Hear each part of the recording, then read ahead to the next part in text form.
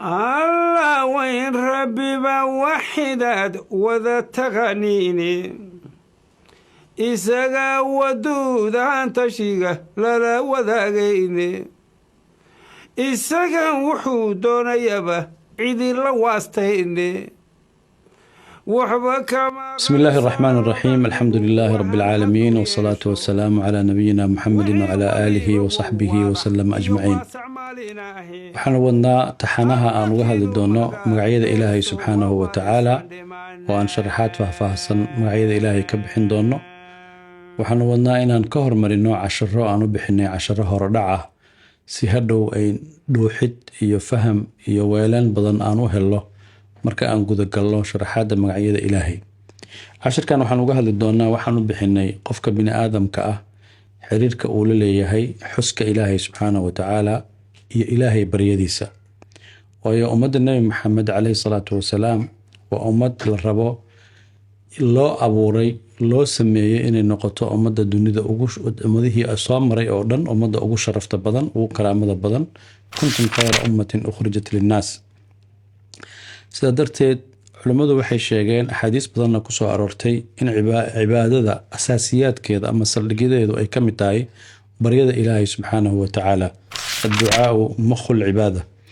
waxay kale culimadu sheegeen maqaamaadka ay leedahay cibaadadu kuwa ugu sareeya inay ka mid yihiin baryada Ilaahay subxaanahu wa ta'ala ayagoo dhinacyo kala duwan ka eegay.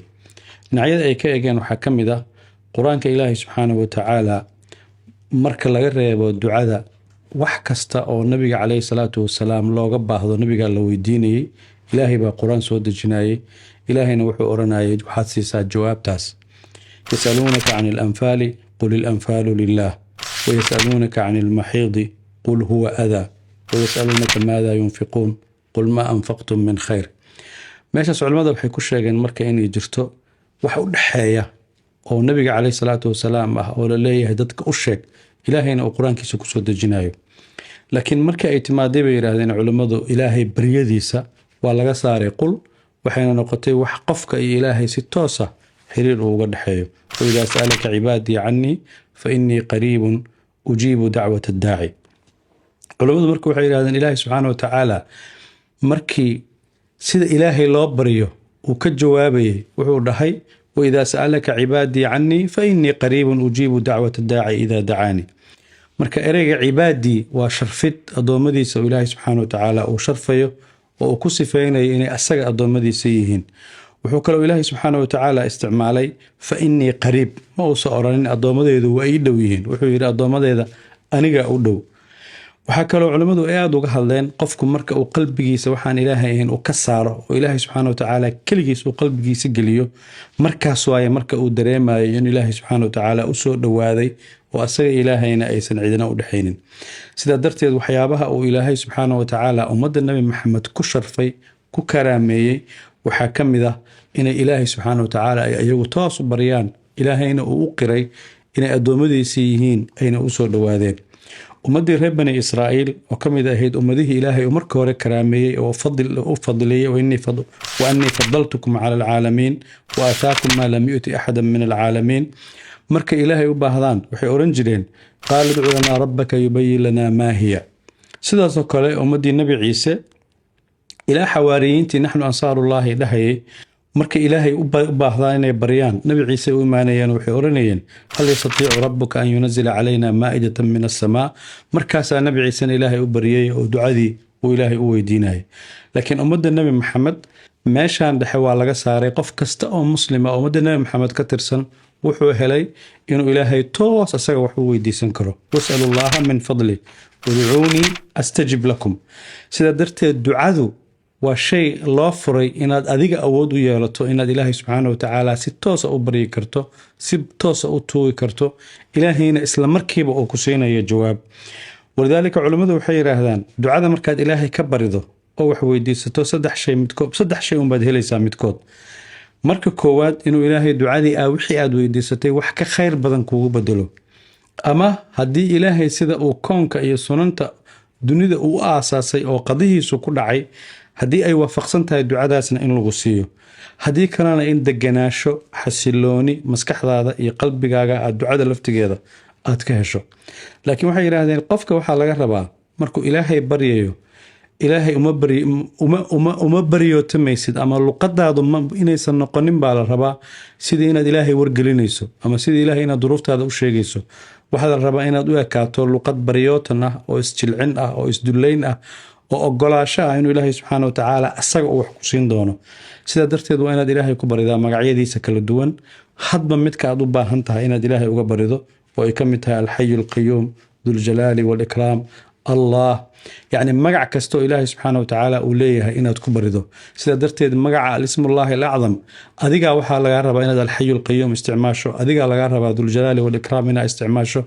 had walba magaca aad u baahan tahay ilaahay subxaana watacaala inaad isleedahay kanuu kaaga ajiibayaa inaad ku ceshato.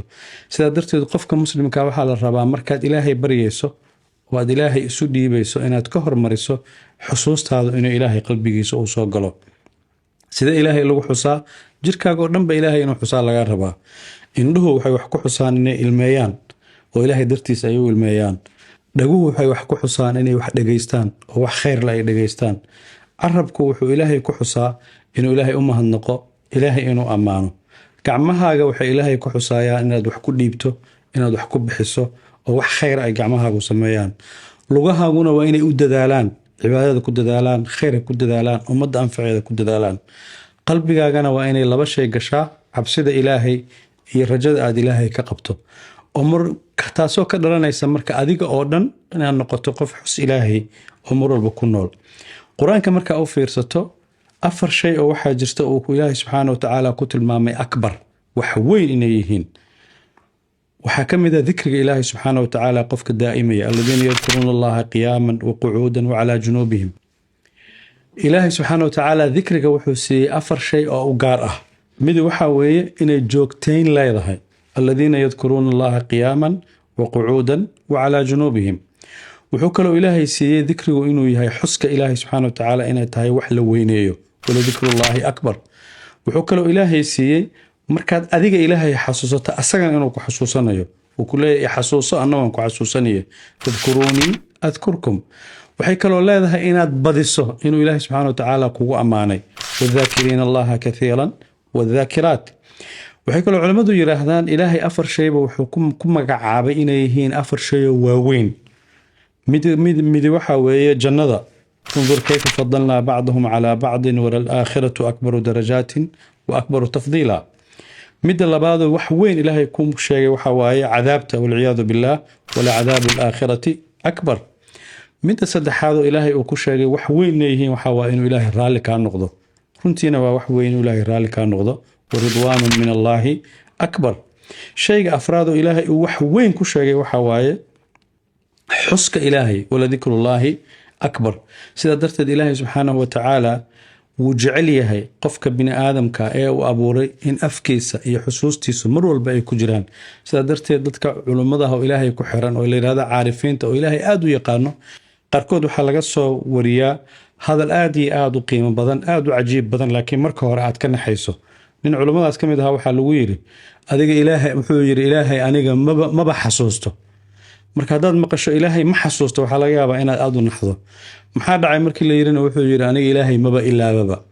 marka macnaheedu waxay tahay inaadan marka horeba xusuustaadu haddaysan ilaahay kaba bixin oo mar walba aad ilaahay ku xiran tahay, mar walba aad ilaahay xasuusan tahay, waxaad helaysaa jidkii wanaagsanaa oo aad magacyada ilaahayna qalbigaaga ugu degi lahaayeen, magacyada ilaahayna aad wax ku xusi lahayd oo aad ku wardin lahayd, ilaahayna aad ku bari lahayd. والله تعالى أعلم. السلام عليكم ورحمة الله وحداد وذا تغنيني إساقا ودودا تشيغا لا وذاقيني إساقا وحودون يبا عيدي لواستيني وحبا كما غرسونو قلبيقو وهن هدو يشو وحي وليبا وواضح إيو واسع ماليناهي الوكيل مغا إيسو ووارسان دمانا